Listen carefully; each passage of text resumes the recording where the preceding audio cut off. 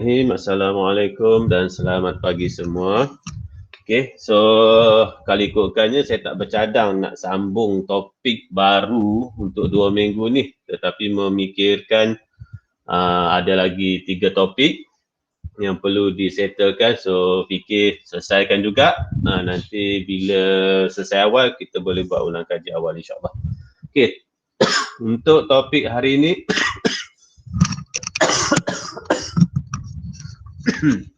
untuk hari ini kita akan mula topik 3 serangkai. Okey, topik pertama differentiation, topik kedua integration, topik ketiga motion along a straight line.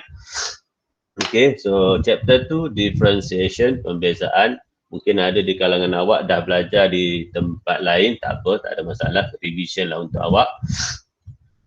Okay, so dalam topik ni awak akan belajar ada 4 bahagian. Okay, limit and its relation to differentiation, the first derivative, the second derivative, application of differentiation. Okay, yang utama adalah first derivative, yang second part tu. Okay, yang utama adalah first derivative. Dekat situ basic untuk differentiation. Yang itu awak dapat. Yang lain tu second derivative, application of differentiation tu hanya perlukan tambahan latihan sahaja. Okay, so sepanjang kalau ikut sejarahnya, sepanjang 2003 SPM 2019, untuk limit and its relation to differentiation, tu bahagian pertama tu seingat-ingat saya kalau keluar pun sekali sahaja baru. Okay, sekali sahaja baru. Okay. Untuk KSSM ni tak pastilah macam mananya, tapi dia lebih kepada tengok cara awak guna. Paper 1 dia lebih kepada first derivative, paper 2 kita lebih kepada application. Okey, kita lebih kepada application. Second derivative tu banyak masuk dalam application. Okey, so kita teruskan. Okay, why study this chapter? Semua ni ada buku teks je. For a moving LRT like rapid transit, the rate of change of displacement shows its instantaneous velocity at that moment, while the rate of change of velocity shows its instantaneous acceleration. Okay, ini lebih kepada topik yang ketiga, motion along a straight line. Okay, the concept of differentiation can be used to determine the rate of blood flow in the arteries at a particular time, and can also be used to determine the rate of tumor growth or shrinkage in the human body. Ini bawah pada application. Okay.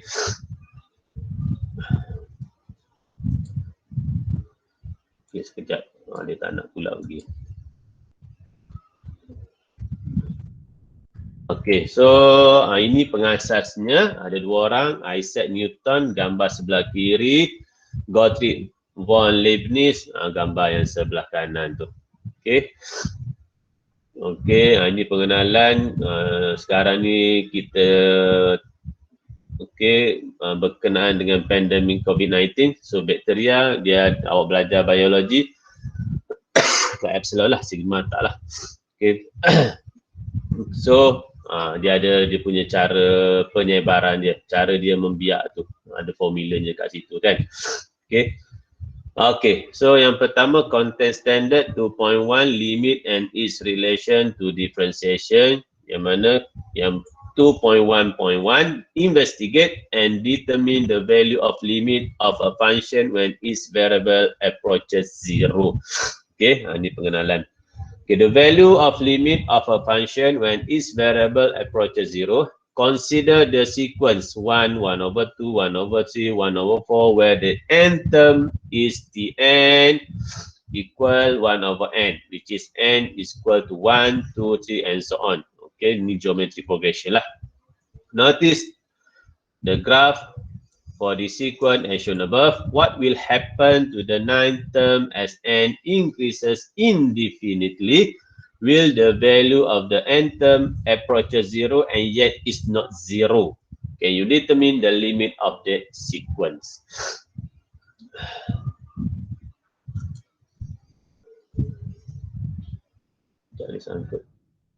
Okay, discovery activity center. Biasanya saya tak masukkan. Yang ini baca je sendiri. Okay, tak apa. Kali ini saya tunjukkan. Aim to explore the limit of a function when its variable approaches 0. Consider the function fx equal x squared plus 3x 3 over x whose domain is a set of all real numbers except 0. Determine the value of f0. Are you able to get its value? Explain. So kalau kita masukkan nilai 0, ganti 0 ke dalam x, so kita akan dapati tak boleh nak dicari, undefined. So kalau guna calculator pun 0 over 0 max error. Okay. Complete the table below for the function fx equal x squared plus 3x over x as x approaches 0 from the left and from the right. Okay. Subsequently, sketch the graph y equal fx and determine the value of limit. Cara baca dia, limit as x approaches 0, x squared plus 3x over x. What can you conclude from the result obtained in step 2 above for the value f equal to 0? Sorry, f0, and also from the value limit as x approaches 0, x squared plus 3x over x obtained from step 3 discuss. Okay, seperti mana yang awak tengok jadual kat bawah tu. Okay, bila kita gantikan nilai 0, tak boleh nak dicari. Tak boleh nak dicari. Okay, 0 bahagi 0 undefined. Jadi kita buat satu table seperti mana yang awak nampak dekat situ, yang mana nilai-nilai dia adalah menghampiri nilai 0. Yang tengah-tengah tu adalah menghampiri. Dia tak boleh equal to 0. Okay. Allah. Okay, dia tak boleh nak menghampiri 0. Dia tak boleh equal to 0, tapi dia boleh menghampiri equal to 0. So, from the right, from the left. Kita tengok. Okay, so bila kita gantikan nilai negatif 0.1 ke dalam function yang dia bagi ni, function ni lah. Okay, awak dapatkan nilai satu-satu tu macam mana. Okay, samalah. Ni from the left, ni from the right. Okay, yang mana tengah-tengah ni adalah menghampiri 0.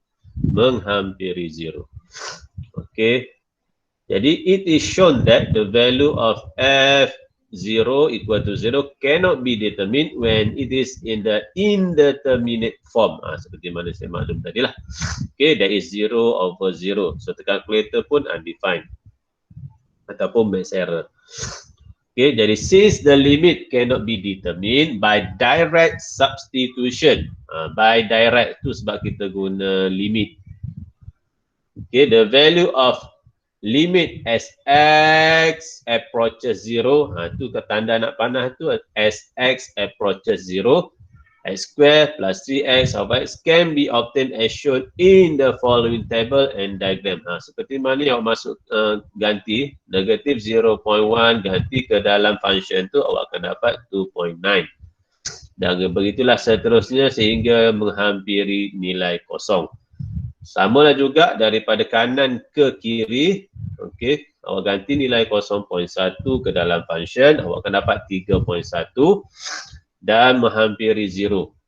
So, kedua-duanya from the left, from the right, atau from the bottom, from the top, dua-duanya menghampiri nilai 3.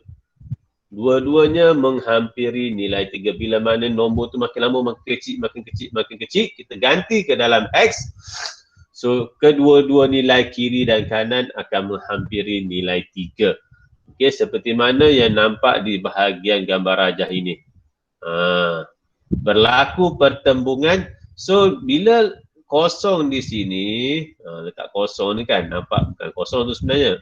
Bulat di situ. Maksudnya nilai tu tiada. Nilai tu tiada. Okay, nilai tu tiada. Dia macam ada gap di situ. Tapi, kita buat uji kaji. Kita buat uji kaji, kita gantikan nilai yang menghampiri. Macam tadi ni, menghampiri kosong. So dia akan berjumpa. Okay, dekat 3. Dekat 3. Okey. Jadi mesti dia jumpa nilai yang sama. Nilai yang sama. Okey, perjumpaan tempat yang sama. Okay, based on the table on the left, when x approaches 0 either from the left or from the right, the value of fx approaches 3. Hence, when x approaches 0 from any side, the function fx equal x squared plus 3x over x approaches 3. That is, when x approaches 0, fx approaches 3. Okay, apabila nilai x menghampiri 0, okay, nilai yang terhasil apabila digantikan ke dalam function akan adalah menghampiri 3. Okay, anak panah tu approaches, menghampiri 3. Awak akan belajar lebih lanjut benda ni kalau siapa masuk engineering di tahun 1, tahun 2 universiti tu nanti, okay, awak akan jumpalah from the left, from the right, lebih. Okey, macam contoh kalau kat sini kan, ni limit Sx approaches 0, mungkin kat sini 0 plus. 0 plus ni bermaksud datangnya daripada sebelah kanan. 0 minus maksudnya daripada sebelah kiri. Awak akan belajar lebih lanjut nanti di peringkat lebih tinggi insyaAllah. Okey. Jadi, the value 3 is the limit for x squared plus 3x over x when x approaches 0, and these statements can be summarized by using the notation. Okay, itu cara kita buat notation untuk limit had. Okay, so untuk limit fx as x approaches 0, fn ni digantikan dengan function itulah x squared plus 3x over x equal 3. Ini dalam bentuk kita wakilkan dalam gambar rajah. Okey, boleh diselesaikan melalui pengiraan. Okey, the steps to determine limit as x approaches a. Okey, harus diingat a ni adalah sebarang nilai. Tidak semestinya 0. Tidak semestinya 0. Tapi kebiasaannya kalau melibatkan nombor pecahan macam ni, bentuk pecahan macam ni, so dia akan guna pakai nilai yang tak boleh nak dibahagi. Nilai kat bawah itulah, macam kat bawah tu x. X apa nilai tak boleh bahagi? Kosong. So kosong lah dekat bawah. Sekiranya di bawah ni x tolak 3, contoh, jadi apa nilai yang tak boleh nak dibahagi adalah apabila digantikan x ni dengan 3. Okay, jadi kat sini akan bertukarlah. X approaches 3. Macam tu. Dia tidak semestinya kosong. Okay, dia tengok nilai-nilai yang tak boleh nak dibahagi, yang menjadikan bawah tu kosong. Okay, itu sebab dia letak X approaches A. A tu sebarang nilai lah.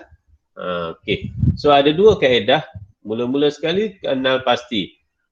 Okey, contoh bila digantikan nilai A itu ke dalam function, tidak berlaku kosong bahagi kosong.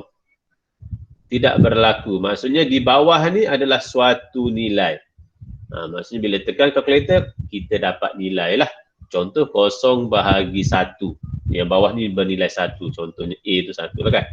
Kosong bahagi 1. Boleh nilai dia kosong. Jadi, kita terus sahaja buat gantian. Tanpa ada kaedah-kaedah pelik-pelik lah. Okey, tetapi sekiranya ini berlaku. Macam situasi uji kaji ke atas ni lah. Seperti uji kaji yang ini. Okey, jadi awak boleh guna kaedah factorization. Okey, awak boleh buat kaedah factorization atau awak boleh buat kaedah rationalization the numerator or denominator of the function. Apa yang dikatakan rationalization? Okey, kalau masih ingat topik 4, tingkatan 4, set. Okey, indices, log and set. Yang mana yang set tu kita, macam contoh ni, set x tolak 2. Macam mana kita nak selesaikan dia? Okey, kita tak nak macam ni. So, apa yang berlaku adalah darab set x tambah 2 set X tambah 2. Ni kalau yang mana yang dah lupa, itu yang dimaksudkan dengan rationalization. Rationalizing. Okey. Manakala untuk kaedah factorization macam contoh yang inilah. Contoh yang ada ni. Contoh yang ada ni kan atas tu boleh kita factorize. So limit as X approaches 0, X kita factorize, so X tambah 3, X. So kita gantikan S yang di dalam bracket tu dengan kosong, so kita terus akan dapat jawapan 3. Itu untuk dari segi pengiraan. Okay, dari segi pengiraan. So bergantung. Okay, bergantung. So banyakkan latihan untuk yang ini ni. Okay, contoh latihan buku teks.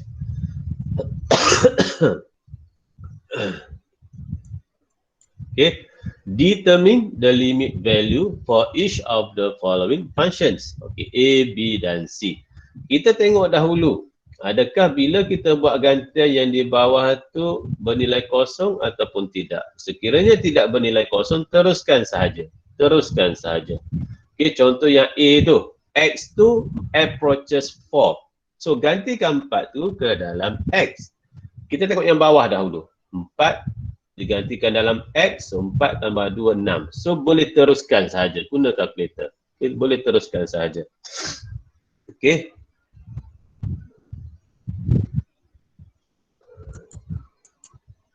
Okay, use direct substitution. Direct sahaja.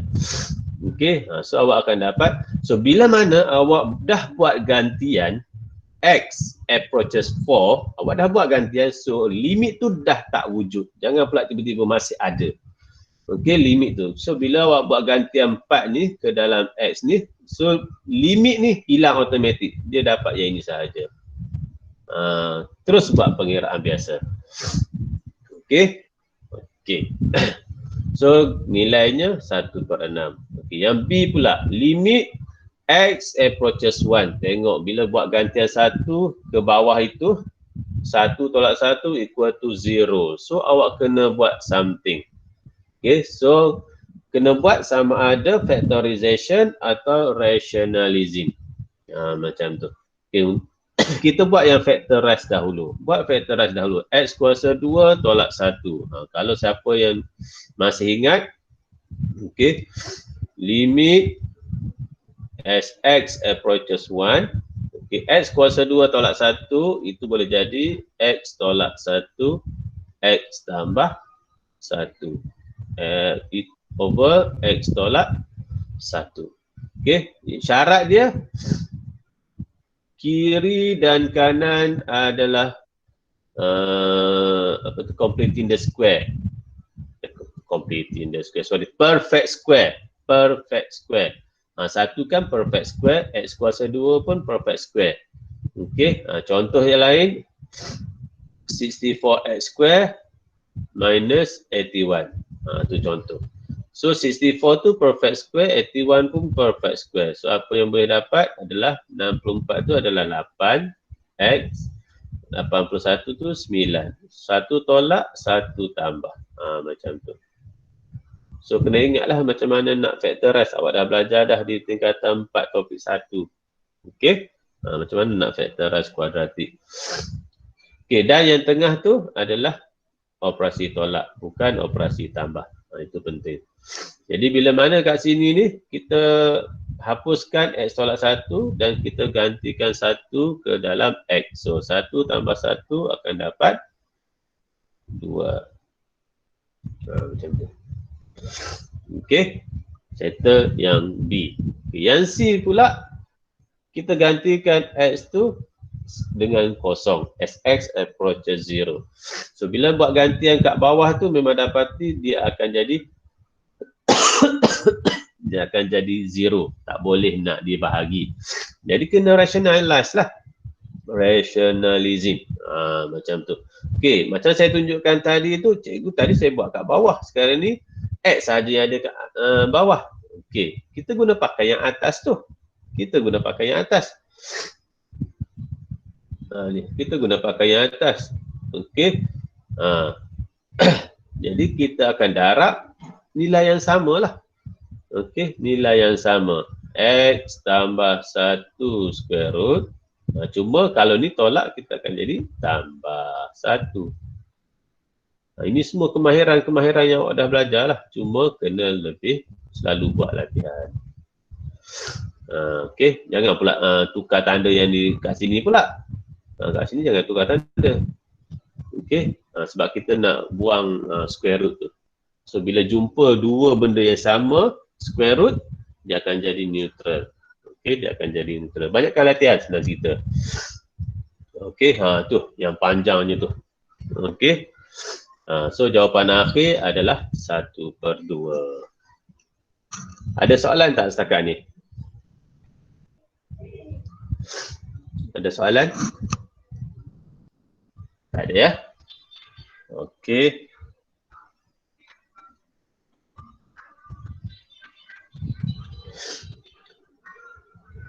Okey, kita tengok yang ini pula. Example tu.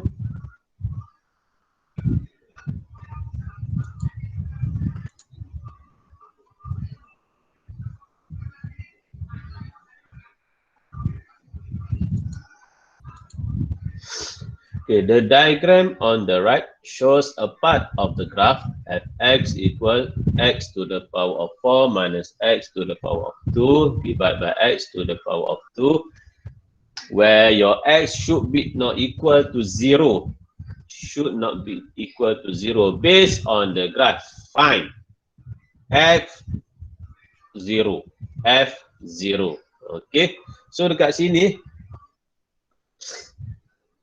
F0. Dekat sini pun dah bagi dah. X tu tak boleh equal to 0.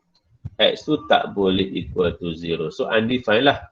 Okay, undefined. Kalau pada graf pun awak tengok kat sini ada bulat dekat situ tu. Okay, maksudnya ada gap dekat situ tu. Ada gap dekat situ tu. So tak boleh jugalah. Okay.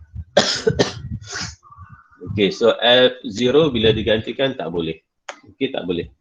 Jadi yang B pula, limit. Bila ada limit fx, x approaches 0. Okay, so kita fokus dekat 0 lah. Okay, so bila limit x equal to 0, so mesti ada kiri dan mesti ada kanan. Tengok dia berjumpa tak kiri dan kanan. Okay, dia tak boleh sebelah pihak sahaja. Kecuali di sini. Tapi seperti mana saya sebutkan tadi lah, ni awak akan belajar di peringkat atas lagi lah. 0 plus. 0 plus bermaksud dia nak sebelah kanan sahaja. 0 minus sebelah kiri sahaja. Kalau tak ada kedua-duanya plus minus, so kita akan tengok kepada kedua-dua, kiri dan kanan. So bila kita tengok pada gambar rajah, didapati apabila nilai menghampiri 0, okay, kiri dan kanan, dia akan dapat negatif 1. Macam tu. Okay, dia akan dapat negatif 1. Terus macam tu. Yang penting pertembungan tu sama. Okay, sama juga untuk yang C. X approaches 2. So, kiri dan kanan jugalah. X approaches 2. Okay, dijumpa dekat 3. Dijumpa dekat 3. Okay, dari segi ayatnya, itulah. Okay, dari segi ayatnya. When x approaches 0, either from the left or from the right, fx approaches negative 1. When x approaches 2, either from the left or from the right, fx approaches 3. Okay. Okay, ini latihan untuk awak cuba. Seperti mana yang saya dah share dengan awak semalam. Okay, exercise 2.1. Okay, 1, 2, 3, 4. Siapa yang tak berpeluang, tak ada printer, tak ada ink, apa-apa masalah pun, okay, boleh keluar je lah kertas ke buku mana-mana, buat latihan. Yang penting buat latihan untuk awak lebih mahir. Okay, untuk awak lebih mahir. Okay. So, settle bahagian yang pertama. Ada soalan tak untuk ditanya sebelum saya tutup bahagian pertama? Nanti hari Rabu ni insya-Allah kita akan sambung ke bahagian kedua, first derivative. Ada soalan nak tanya? Tak ada, Ego. Tak ada, Alhamdulillah. So yang hadir hari ini 49 orang daripada kelas Epsilon 37, kelas Sigma 29, tolak seorang 28. Okey.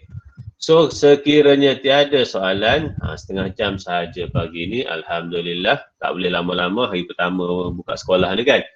So buatlah latihan yang saya telah share semalam tu untuk tingkatkan kemahiran awak. Okay, so kalau tiada apa-apa soalan, kita jumpa lagi next class insya-Allah. Assalamualaikum dan selamat sejahtera.